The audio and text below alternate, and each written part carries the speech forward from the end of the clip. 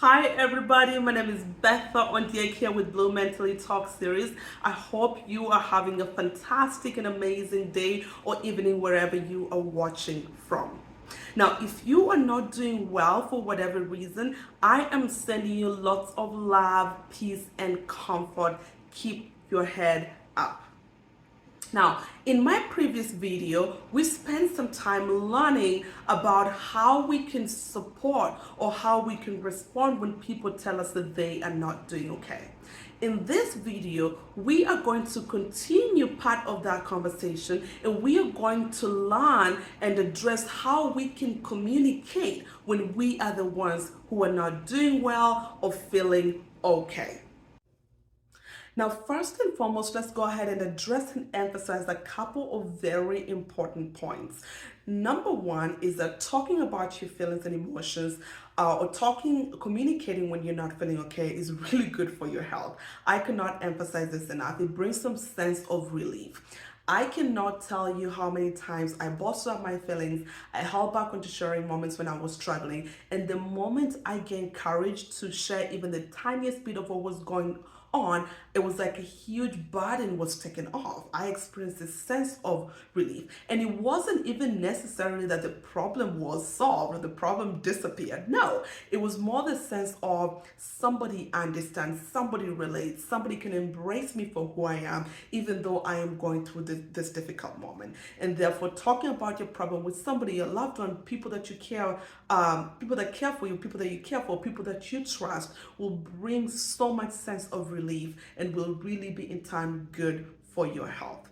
Number two is that talking about your feelings or talking about communicating when you're not feeling or doing okay really helps you to regulate emotionally. Oftentimes, when we are going through a difficult time or when we're having really difficult emotions, we become easily dysregulated. What does this mean? We experience feelings or emotions like anger, we become easily irritable, we withdraw, we become frustrated. And in this moment, we're dysregulated, right? We cannot function in a more grounded or holistic way, right? And therefore, when we're able to talk with somebody, when we're able to share our problem with somebody, what happens is our anxiety level reduces, right? The worries that we have reduces because this person is offering some kind of support, some kind of advice, some kind of a shoulder to lean on. And in that moment, we become more regulated. We are able to see the problem as the problem and not the weaknesses that we have. And in time, we are able to start addressing those issues from a more positive standpoint or framework. Now, opening and talking about our emotions and feelings can be very difficult. Matter of fact, it is very challenging, at least for a lot of people that I've had to work with, myself being one of them, right? I have had to struggle with knowing how to share, who to share, when to share.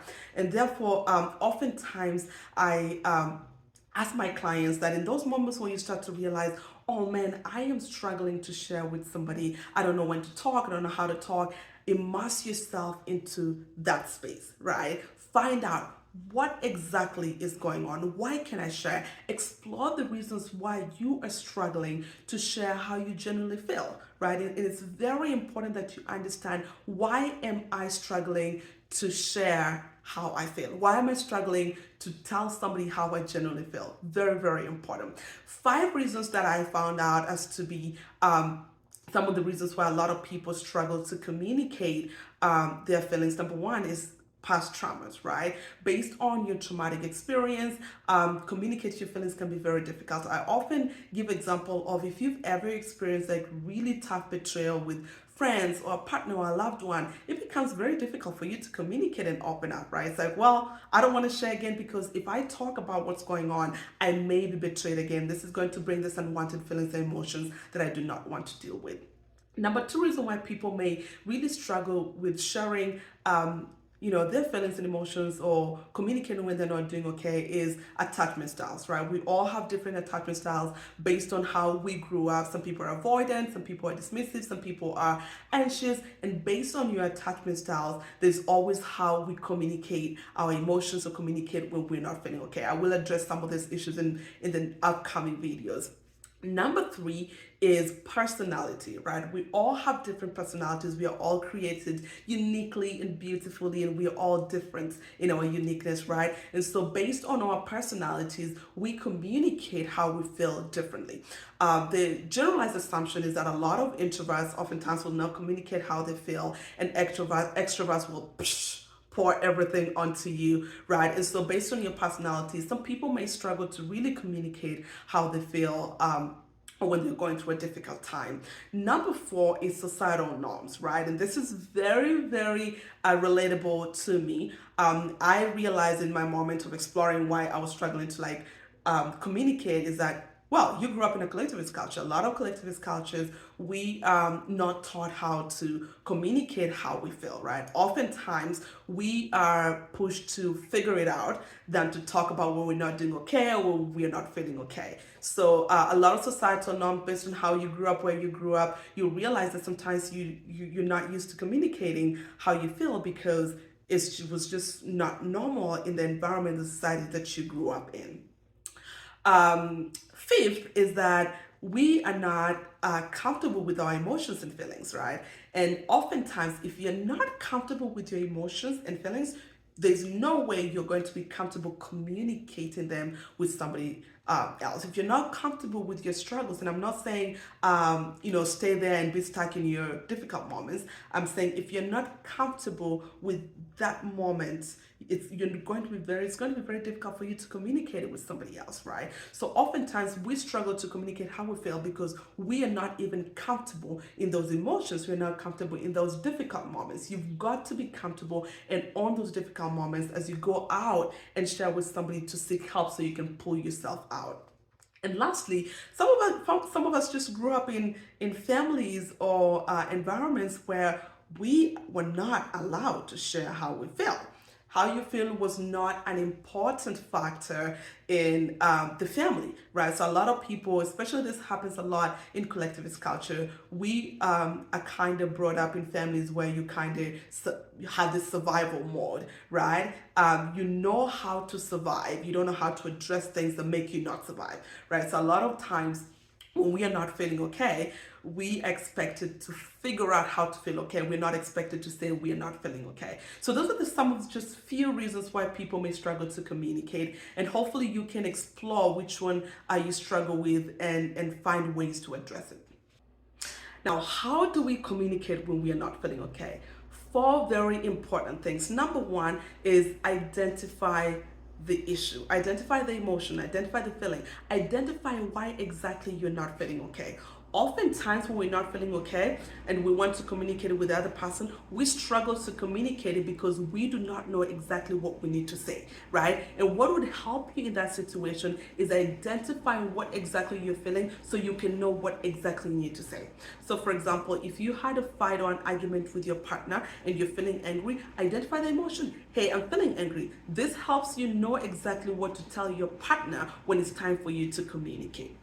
Number two is be honest and straightforward, right? You've already identified the issue. Don't go to your partner and start saying, oh, I'm not sure, this. No, exactly. Be honest and straightforward. Hey, after the argument, I was really triggered. I feel very angry. Can we talk about it, right? Being honest and straightforward really allows you to say exactly what you feel, but it also allows your partner or whoever else is involved to know how they can be part of the resolution to help you feel better.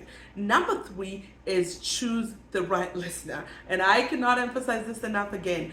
Every time we have experienced betrayal, I don't know about you, it's because sometimes we pick people who are not great listeners, right? Sometimes we pick people who are not our friends, people who we don't trust. And so it's very, very imperative that you pick the right listener. Pick people you trust. Pick your friends. Pick people that you're comfortable sharing your lowest moments with, right? Because whoever you pick is going to offer the right support for you. Number four is pick the right time. I think oftentimes we can pick the right listener, but if we pick the wrong time, we still don't feel great, right? So for example, if I am not feeling okay and I'm struggling with my emotions and my sister or my parents or my friends at work and I call them, hey, I want to talk, I'm crying and this is going on, they may not be able to listen to me. They may not even be able to offer the kind of support I need. Why? Because it's the wrong timing, right? There's priority. Work is a priority for them at that moment. And therefore, sometimes it's very important. Let's say an emergency. Sometimes it's very important to pick the right time to communicate when you're not feeling okay. And lastly, set your boundaries. I would probably say this is one of the very important things. Oftentimes, and especially in collectivist cultures, you share something with somebody and all of a sudden the whole community is talking about it, right? Why? Because we fail to set boundaries when we communicate that we're not feeling okay. And because we fail to set boundaries, what happens is when we share and somebody goes ahead and share with other people, we kind of step back and now hold back, because every time we share what's going on, the whole world knows what's going on, right? And in order to avoid that, you've got to really set boundaries. And setting boundaries sometimes looks like, hey, I would like to share something with you. I'd like for it to be private until I know if I would like to share it with the world, right? Hey, I'm going to share something with you, but I just want you to listen.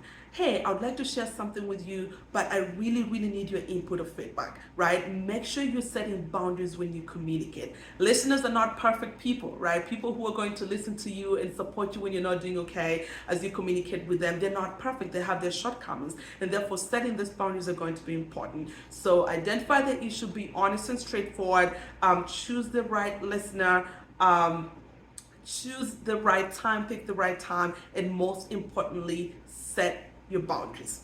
Well, I hope this was very helpful and useful. Until next time, take care of yourself. Bye bye.